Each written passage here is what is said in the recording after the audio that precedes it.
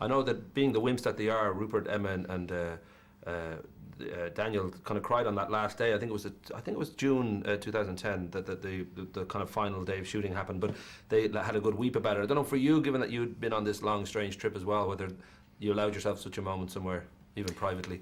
Yeah, it's weird. I think, we always knew that that day was going to come, that sort of final day, and it was quite surreal for me. I felt quite, I think everything I did on overdrive. I woke up and I was like, this is the last day I'm going in, and this is the last time I'm doing this, and I tried to sort of take it on as much as I could. But, I guess those days are always going to be quite weird, and it was very sad, and it was kind of quite strangely emotional. I was quite taken aback by actually how it hit us all so much. So did you allow yourself a weep, or are you too strong a woman for that? I think more as I've reflected over it, like more as I've actually finished and not actually on the day, but more as I've looked back on it, it's been more of a kind of, hit me a bit deeper, really. As I say, kind of a long, strange trip for all of you who've been right there from the start, but a long, strange trip with catering, which helps. But that notion that you've sort of developed a surrogate family, and now that family will be by the time the next film comes out, the last part of this story comes out, it'll be sort of scattered to the winds. There may be a part of you that I'm sure that feels kind of relieved, like school's out in a way, that you're now free to do whatever you want for as long as you want, and you don't have to think about being somewhere in particular every year. Yeah, I guess, I think for all of us it's been such a sort of kind of long and kind of colourful journey, but at the same sense, we always knew the end had to come, like I say, but we kind of, it's a moment for us now to sort of, we have to see it as the next step in our sort of life and the next era, really, after Harry Potter. So, it's exciting and that sense of sort of kind of really being driven now to sort of go on and to continue acting. Do you think you'd ever reach a point, maybe in the immediate years after Harry Potter finally, sort of finished? I don't know if you see yourself ever getting to a point where you just don't want to hear anyone, if somebody comes up to me and mentions Harry Potter today, I'm going to kick him in the nuts. I just need a day without Harry Potter being mentioned. I don't know if that's a possibility. I don't think so. I think I couldn't almost say that in terms of to myself, because with Harry Potter it's given me such an amazing opportunity. It's given me such an amazing 10 years that I couldn't ever shun it in that way. I always kind of, I don't talk about it, but if people want to talk about it, then, I obviously enjoy talking about it. And I think when, fans come up to you or people who kind of love to watch the film, it's lovely to see those people who it's been as much a part of their lives as it has been for us, almost.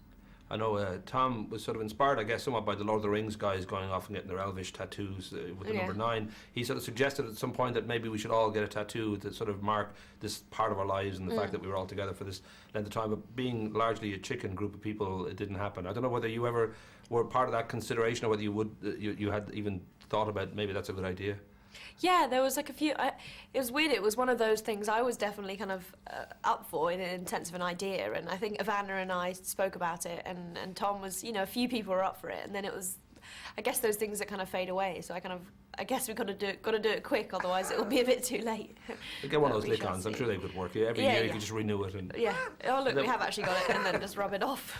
I was looking over at your CV, and obviously the Harry Potter took up a huge amount of your time. But over the 10 years, you've just done 3 other things. And in 2007, you had an episode of The Replacements. In 2004, an Agatha Christie, and then in 2002, Stranded. Which the fact that you take acting quite seriously, you went to the London University of Arts to study film and television. I mean, is it that you just have been too busy? Is it hard to find the roles that you like? I mean, I don't know. I would have thought your opportunities now are quite strong during all this time, and hopefully for the next few years. Is it crucial to you to do a huge amount of acting, or are you very, very particular about what you say yes to?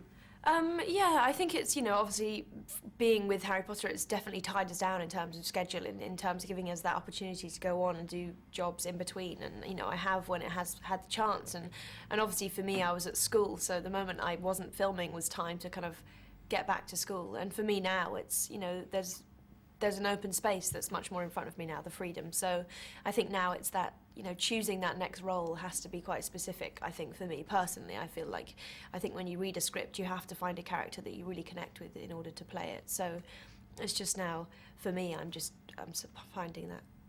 I did mention before the cameras roll that good old IMDb, which is very, very often unreliable, they have your middle name down as Kathleen, the same as J.K. Rowling took her Kathleen from her grandmother. But turns out it's not Kathleen, even though you have Yeah. strong red hair and you're a good-looking woman with talent. So I naturally assumed, obviously, an Irish parent. But you do have an Irish great-grandmother, is it? You were saying? Yeah, I think so. I think my grandma's kind of grandma or mum was Irish, so yeah. So that's, well, as I said, that's where all the talent and good looks come from. Oh just yeah, so, definitely. So you all can sort of say channeled through thank the Irish blood, every Paddy's Day you should raise a glass to the fact that you got all this just because you've got Irish blood. The very last thing is I know that young Jamie Campbell Bower, who's in this movie, and he's also managed to land himself in Twilight, and he first came to notice in Sweeney Todd. You got engaged in May, and I'm just wondering, you do realise he's an actor, right?